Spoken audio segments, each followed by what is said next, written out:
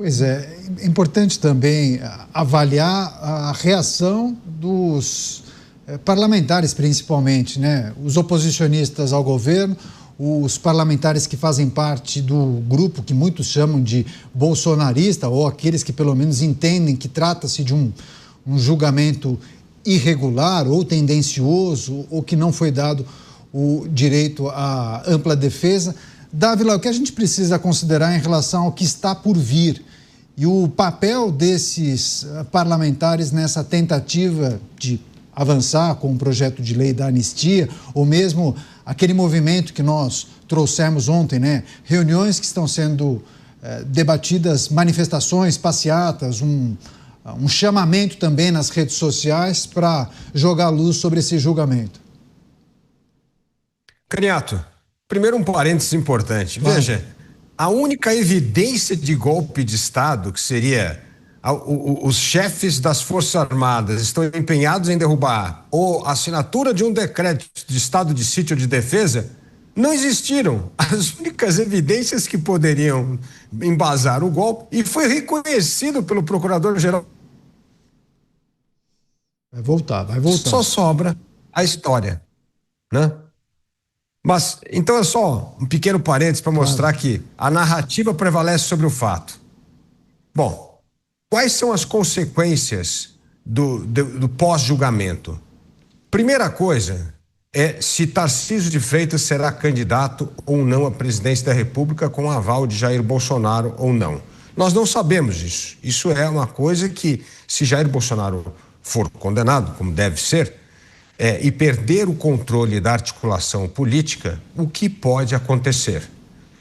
Uma entrevista recente do próprio deputado Eduardo Bolsonaro até cogita a família Bolsonaro sair do PL, porque acho que o PL está virando muito centrão e ir para outro lugar, e lançar um nome bolsonarista. Se isso acontecer, evidentemente, Tarcísio vai estar numa situação muito complicada, porque renunciar o governo do estado de São Paulo, onde ele tem uma eleição garantida, para disputar uma presidência com uma direita totalmente dividida, e aí dividida não só pelos 4 presidenciáveis que nós já temos, e ainda mais um elemento Bolsonaro. Ninguém sabe qual é o nome Bolsonaro que vai sair. Isso vai fazer com que Tarcísio desista da candidatura, porque é óbvio que ele não vai. Sim. Campanha presidencial, sabendo que ele tem o governo do estado de São Paulo. Perfeito. Não adianta, de vez em quando dá uma travada, né, na conexão com o Dávila, mas são só 2 segundos, logo ele retorna. Já aconteceu isso em uma outra ocasião. Agora você, Cristiano Beraldo, o posicionamento dos aliados de Jair Bolsonaro, dizendo que as acusações da Procuradoria-Geral da República e também esse relatório de abertura que foi lido por Alexandre de Moraes, teria como objetivo retirar o ex-presidente da vida política e enfraquecer a oposição. A gente consegue fazer essa conexão, pelo menos essa leitura dos aliados de Jair Bolsonaro para esse plano maior de tirar Jair Bolsonaro da carreira política?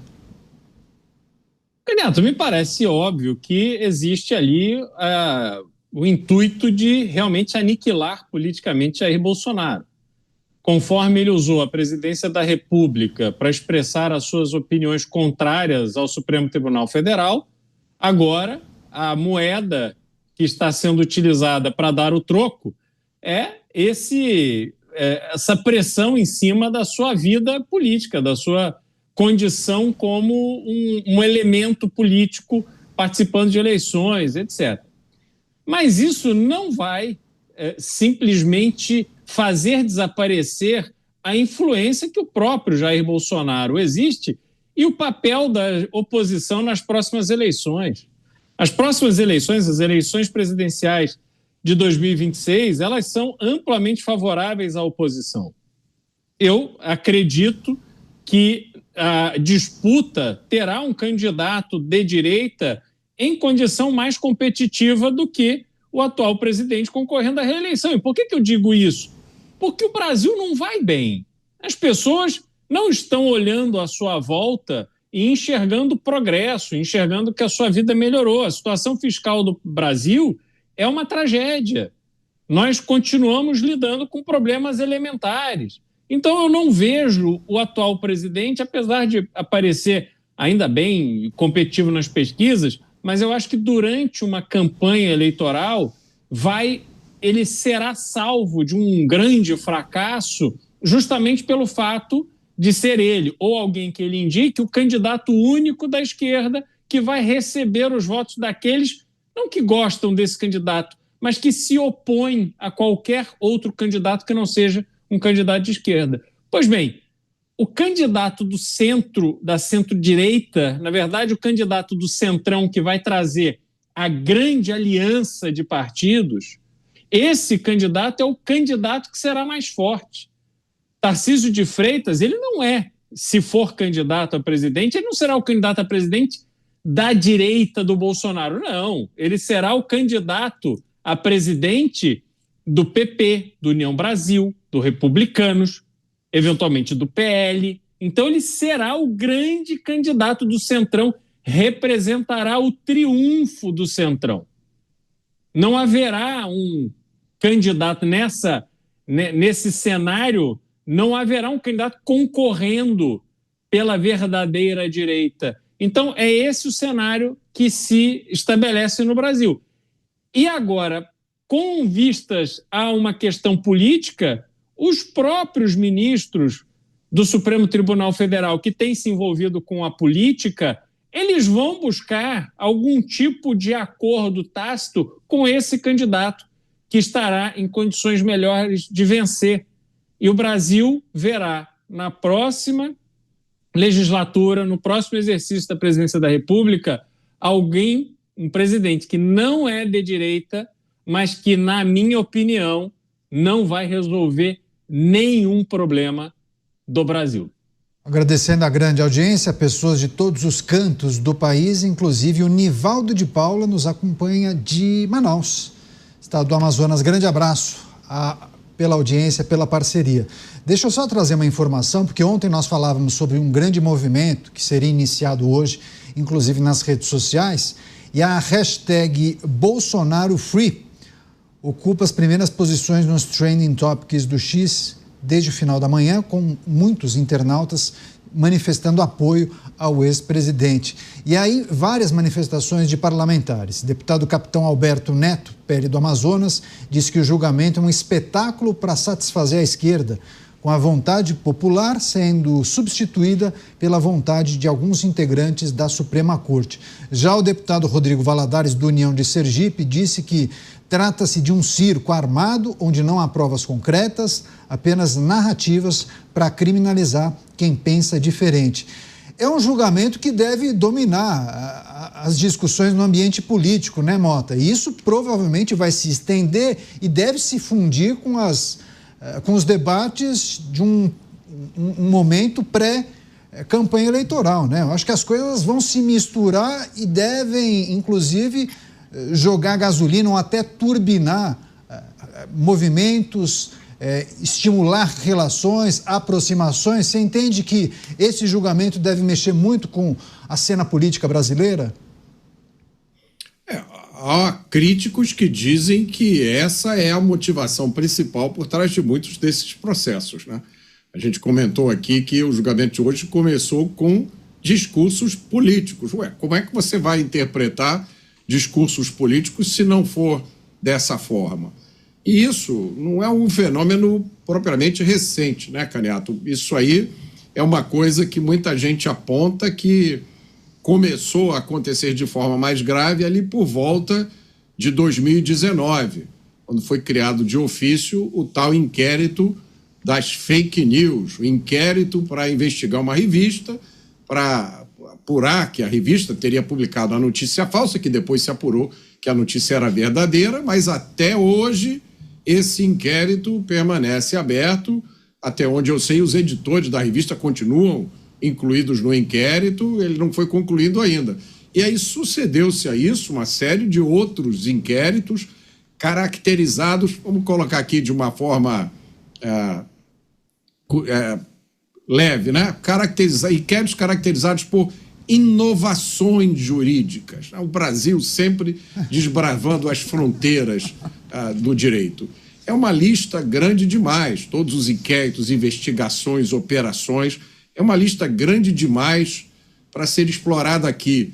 Eu não consigo esquecer de uma, porque afetou pessoas que eu conheço, que foi aquela operação policial de busca e apreensão realizada na casa de vários empresários, alguns aqui do Rio de Janeiro, homens de bem, que empregam centenas de pessoas, pagam milhões de impostos e tiveram as suas casas vasculhadas pela polícia, computadores apreendidos, contas bancárias congeladas.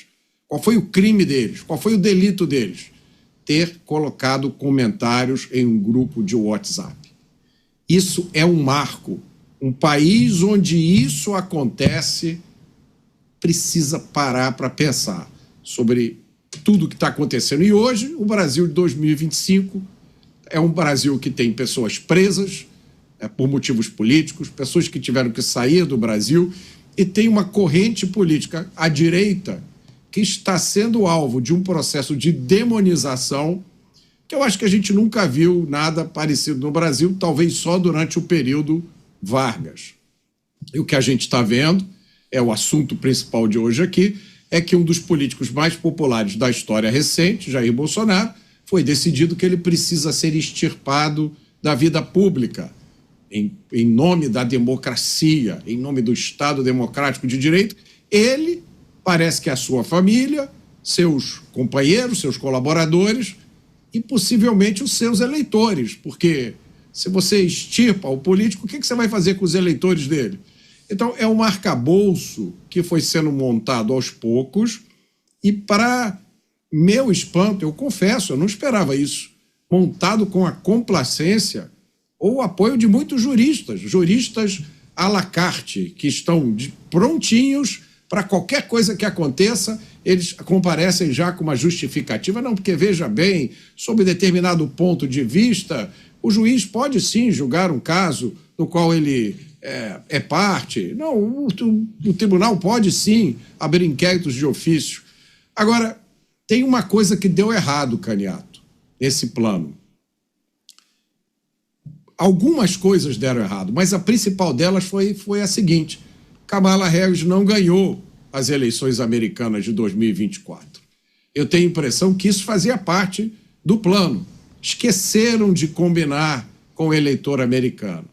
As eleições dos Estados Unidos foram vencidas por um político que, veja só que coincidência, passou por um processo muito parecido com esse processo pelo qual Jair Bolsonaro está passando hoje. E aí, esse jogo que parecia ganho, agora ficou incerto, porque uma das coisas que a história ensina é: a única coisa que o poder respeita é um poder maior.